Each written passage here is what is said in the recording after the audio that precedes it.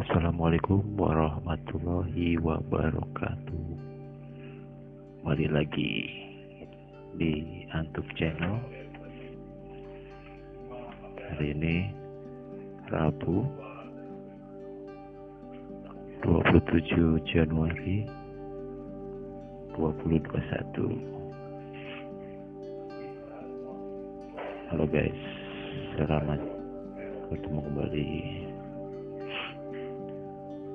Kali ini saya akan mengulas sebuah buku mengenai tanaman hias gladiol. Gladiol merupakan tanaman bunga potong yang banyak dibudidayakan oleh petani di Indonesia karena memang mampu memberikan keuntungan secara finansial. Samping itu, banyak juga yang memanfaatkan sebagai tanaman taman. Bunganya cukup beragam guys, baik dalam warna, bentuk maupun ukuran.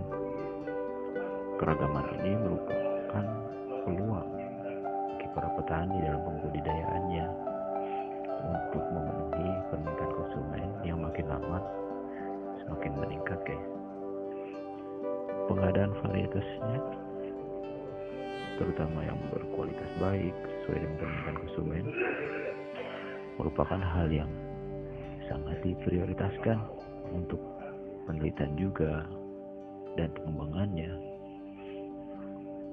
Pola budidaya gladiol masih perlu ditingkatkan sehingga kebutuhan pasar dalam negeri maupun luar negeri mengenai kualitas dapat juga dipenuhi.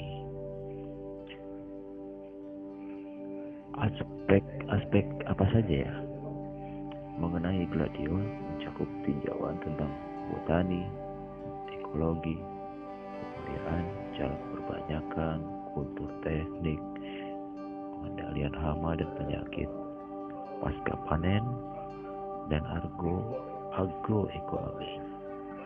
Dengan demikian diharapkan dapat menambah hasanah pengetahuan bagi para petani dan pengembang pembudidaya mengenai komoditas bidang tanaman hias.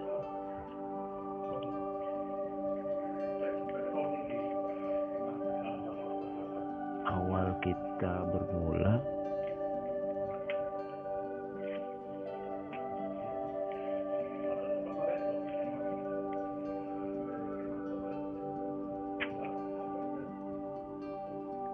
dari asal kata guys. Gladiol berasal dari bahasa Latin gladius yang artinya pedang kecil karena menunjukkan pada bentuk daunnya yang sempit dan panjang seperti pedang. Genus Gladiolus banyak, ada sampai 180 spesies. Ini hanya tanaman yang semusim guys, berbentuk herba. Dia juga masuk dalam famili Iridaceae. Asal mula gladiol itu dari negara Afrika Selatan guys, udah menyebar juga sampai ke Asia sejak tahun 200 tahun yang silam.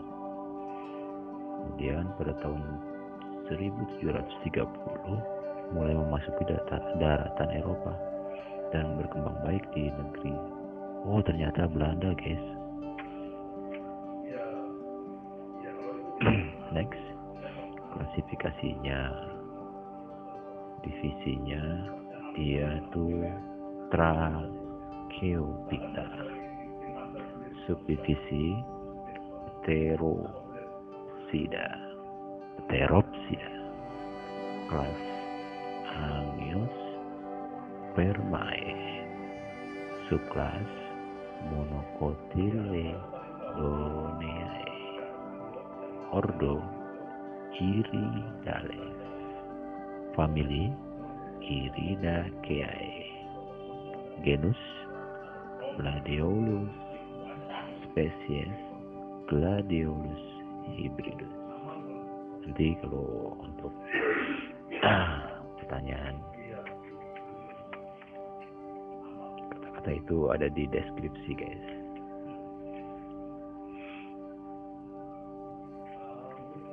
Next, kita masuk ke morfologi. Ciri-ciri tanaman yang termasuk subkelas Monocotyledoneae. Tanaman gladiol berakar serabut.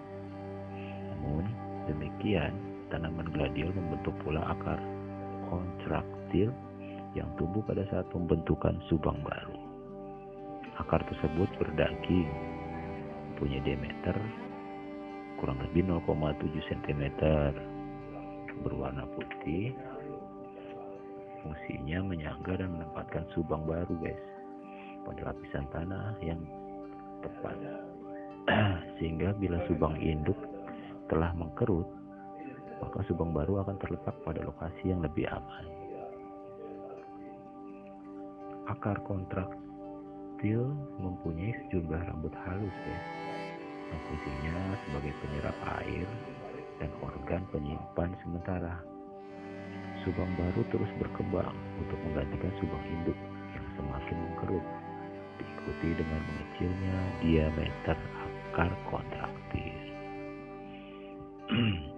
Subang atau juga bisa dibilang corm adalah batang yang termodifikasi menjadi bulat pipih dan mengandung buku, ruas, dan mata tunas.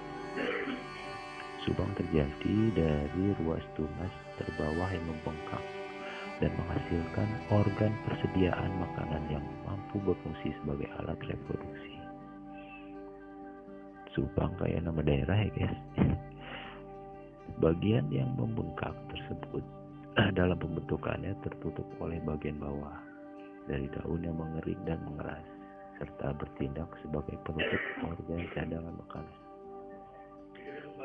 Mata tunas terletak pada dua sisi yang berlainan dari subang. Selama fase perkembangan hingga fase pembungaan akan terjadi pembesaran pada ruas terbawah dari tanaman yang kemudian berkembang menjadi subang baru. Subang baru terus berkembang dan membesar untuk menggantikan subang induk yang makin lama makin mengerut dan akhirnya mati.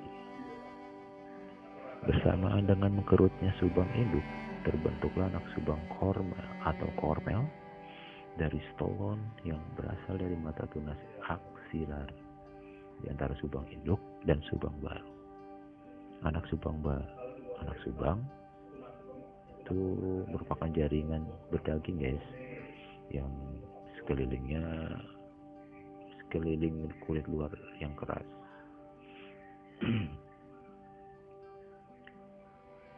Jumlah anak subang yang terbentuk bervariasi tergantung kultivar dan kedalaman tanam. Anak subang juga dapat berfungsi sebagai alat pembiakan vegetatif ternyata, guys, tetapi membutuhkan waktu yang cukup lama hingga saat menghasilkan bunga berukuran standar, yaitu antara 2 sampai 4 tahun. Cukup lama juga ya untuk menghasilkan bunga dengan kualitas yang baik. Ukuran subang bibit yang digunakan berdiameter lebih dari 3 cm.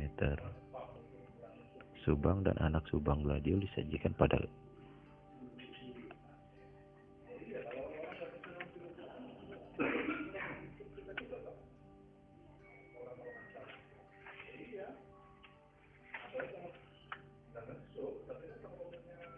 ada penjelasannya, guys.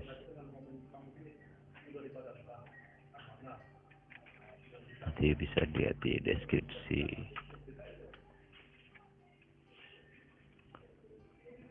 Next, tunas pada subang merupakan jaringan yang meristematik yang ditutupi oleh daun-daun rudimenter.